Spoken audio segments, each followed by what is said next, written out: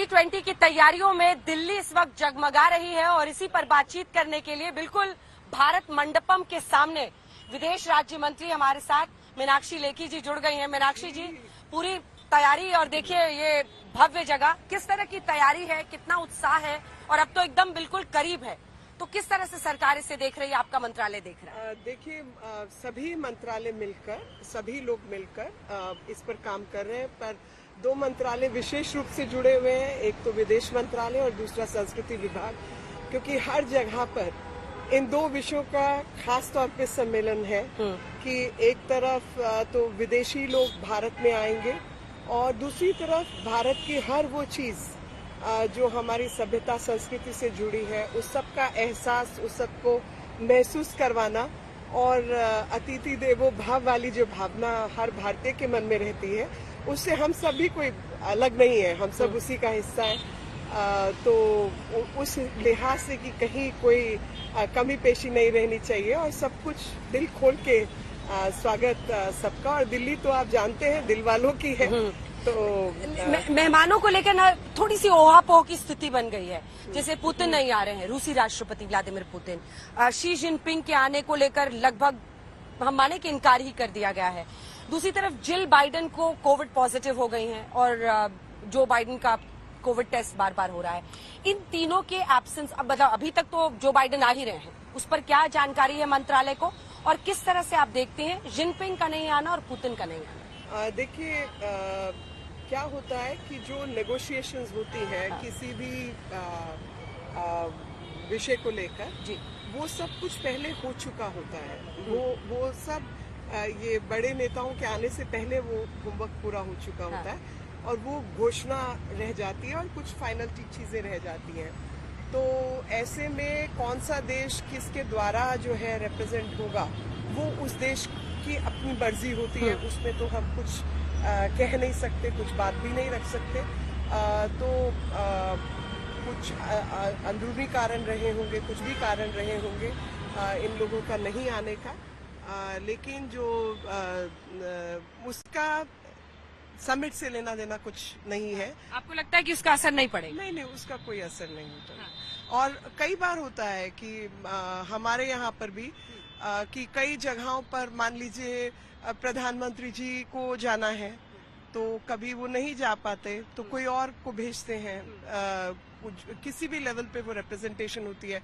मतलब एक बार तो एससीओ समिट में और एक बार नैम में, नॉन अलाइन मूवमेंट में, तो मैं उनकी रिप्रेजेंटेटिव के रूप में गई हूँ। तो उसका कोई अंतर नहीं पड़ता, क्योंकि देश की क्या उसके ऊपर स्टैंडिंग है उस विषय को लेकर, वो महत्वपूर्ण होता है और वो उस देश ने तय किया हुआ होता है, पहले से तय किया होता है। जॉइंट कम्युनिके को लेकर सबसे ज्यादा चर्चा हो रही है कि क्या ऐसे निष्कर्ष पर हम पहुंचेंगे। जो शेरपा लेवल की मीटिंग हुई है या फॉरेन मिनिस्टर्स की हुई है, क्या एक जॉइंट कम्युनिके की उम्मीद हम रखें इस बार? जरूर। पहले भी आपको दो बातें समझनी है। एक जो तरीका निकाला गया है उसमें ये होता है कि जो भी कोई कुछ भी कहना चाहता है, उस पे जैसे लोकतंत्र में अब मैं किसी को बोलने से तो नहीं रोक सकती, इसको जो बोलना है बोलो। तो जो भी कोई कुछ भी बोलता है तो वो एक तरीके से चेयर समरी होती है। फिर जो चीजें अग्री अपॉन की जाती हैं, जो मानी जाती हैं, वो आउटकम डॉक्यूमेंट होता है। तो दोनों बातें हो गई ना, कि आपका चेयर समरी में बयानबाजी भी हो गई, जो भी जिसको वक्तव्य देना है वो भी हो गया और जो अग्री हुआ वो भी हो गया। तो जो महत्वपूर्ण रहता है वो क्या चीज अग्री अपॉन हुई है, वो तो आउटकम डॉक्यूमेंट आप कह रही हैं कि वो होगा और उसके जरिए बात कही जाएगी। भारत के कद को अगर हम देखें, थोड़ा सा इधर आ जाइए, भारत के कद को अगर हम देखें मीनाक्षी जी, तो इस G20 के साथ उसको कैसे आप बढ़ता हुआ देखते हैं? क्योंकि इतने बड़े आयोजन के साथ और दिल्ली तो 3 दिन लगभग थम ही जाएगी। जी, वो तो बेहतरी के लिए, क्योंकि इतना सब ट्रैफिक कैओस नहीं चाहते, सुरक्षा का मामला है, सिक्योरिटी की चीजें हैं और सबके बड़े बड़े डेलीगेशन आए हुए हैं और खास तौर पे नई दिल्ली तो विशेष स्थान भी रहने वाला और सब लोग टाइम से सब जगह पहुंच जाएं। आज आप जानती हैं कि मुझे खुद आपके यहाँ आने में टाइम लगा है और बाकी सब जगह भी हम लोग लेट ही पहुंच रहे हैं और फिर मेरा दौड़ते का वीडियो बनेगा। तो ये तो समझने वाली बात है कि जो ऐसी नौबत ना आए कि हर कार्यक्रम में हम भाग रहे हों, तो सब चीज शांतिपूर्वक अच्छे से हो जाए, क्योंकि देश की भी साख का सवाल है। और जहां तक बढ़ते हुए कद का प्रश्न है, तो मैं कहूंगी देखिए 2023 एक अंग्रेजी में वाटरशेड मोमेंट जैसे कहते हैं ना, एक यादगार वाला वर्ष रहने वाला है। 75 वर्ष भारत की आजादी के पूरे हुए, अमृत काल की शुरुआत हुई, G20 की मेजबानी हमने की, उसमें हमने पहले के मुताबिक बहुत सारे बदलाव हम लेके आए। कई विषय ग्लोबल साउथ, अफ्रीकन यूनियन को इसका वो बनाए, तो प्रधानमंत्री जी ने लगातार global south, voice of the voiceless वाली बात कही कि अगर वसुधैव कुटुंबकम की अगर दुनिया को आगे बढ़ना है तो हैव वंस और हैव नॉट सबको साथ लेके चलना पड़ेगा। एक तरफ रिसोर्स मैनेजमेंट की बात है, दूसरी तरफ वो देश हैं जिनके पास पैसा है, इंडस्ट्रियलाइजेशन है, टेक्नोलॉजी है, दूसरी तरफ उनके पास रिसोर्सेज है लेकिन स्किल ट्रेनिंग नहीं है, टेक्नोलॉजी नहीं है। तो जब तक सम्मिश्रण नहीं होगा और सब लोग एक दूसरे की मदद नहीं करेंगे तो बेहतरी की उम्मीद हम कैसे करें। तो उन सब के बीच में ब्रिजिंग का काम भारत ने किया। हाँ, चीन ने वसुधैव कुटुंबकम से लेकर कई बातों पर अड़ंगा अटकाने की कोशिश की, और ये भी कई एक्सपर्ट्स इंटरनेशनली मान रहे हैं कि भारत के बढ़ते कद से वो परेशान है, इसीलिए G20 में शी जिनपिंग नहीं आ रहे हैं, ली कैंग को भेजा जा रहा है। इस पर आपकी क्या राय है? देखिए, मैं तो मेरा मंत्रालय MEA है, और जी हो या ली हो दोनों का स्वागत है। और मैं यही कहूंगी कि एक भारतीय होने के नाते भारतीय परिप्रेक्ष्य और भारतीयता पर हम सबको गौरव करना है।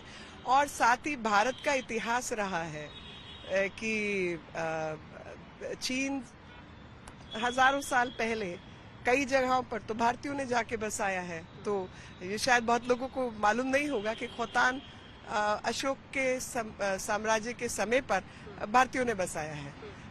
भारत, आप बार बार बोल रही हैं, भारतीयता की बात कर रही हैं, तो ये आज संयोग है या प्रयोग है? क्योंकि राष्ट्रपति प्रेसिडेंट ऑफ भारत कहने को लेकर विवाद हो गया, राष्ट्रपति ने अपनी तरफ से जो न्योता दिया है, इस पर आपका क्या नजर है? मैं मानती हूं कि बहुत सारी ताकत जो है इस पर खर्च की जा चुकी है और जिसकी कोई आवश्यकता नहीं है, क्योंकि भारत के संविधान में दोनों शब्द भारत और इंडिया इंटरचेंजेबल है, मतलब आप दोनों शब्द इस्तेमाल कर सकते हैं और चॉइस की बात है। तो इसमें बहुत ज्यादा दिमाग लगाने की और शक्ति लगाने की जरूरत नहीं है। हाँ, राजनीति का जहां तक प्रश्न है तो राजनीति यही है कि I.N.D.I.A. वाले भारत को तो नुमाइंदगी नहीं करते, बस इतना ही। चलिए, अब अंत इसी बात से करते हैं। भारत मंडपम पूरा हमारे पीछे, जहां पर इतना बड़ा आयोजन होना है और तैयारियां अंतिम मकाम पर है, प्रधानमंत्री की तरफ से आप तमाम को क्या संदेश है और किस तरह से ये संडे तक का दिन, अगर आप चूंकि विदेश मंत्रालय से हैं तो 3 कंट्रीज के साथ बायलैटरल भी हो रही है, जिसके बारे में आप जानकारी दी? हाँ, अमेरिका बायलैटरल भी है, US है उसमें, बाकी फ्रांस भी है। बायलैटरल और भी होंगी और किस किस लेवल पे होंगी वो देखना होगा। लेकिन सबसे बड़ा विषय है कि सब लोग आके भारत में भारत की सभ्यता संस्कृति से प्रभावित होकर हम ऐसे हैं तो क्यों है देख कर जाएं और समझ कर जाएं। और जैसा मैंने पहले भी कहा कि 2023 एक महत्वपूर्ण वर्ष हम सबके मन में और देश के इतिहास में रहने वाला है। ये वो साल है जब भारत ने 75 वर्ष अपनी आजादी के पूरे किए, अमृतकाल शुरू हुआ, G20 की मेजबानी हुई, साथ में चंद्रयान 3 चंद्रमा पर पहुंचा, आदित्य L1 स्पॉट पे पहुंचा। तो और हर भारतीय अपने कर्तव्य के प्रति जागरूक है, ये सबसे बड़ी बात है। मुझे तो जो एहसास चारों तरफ से मिल रहा है वो एहसास यही है कि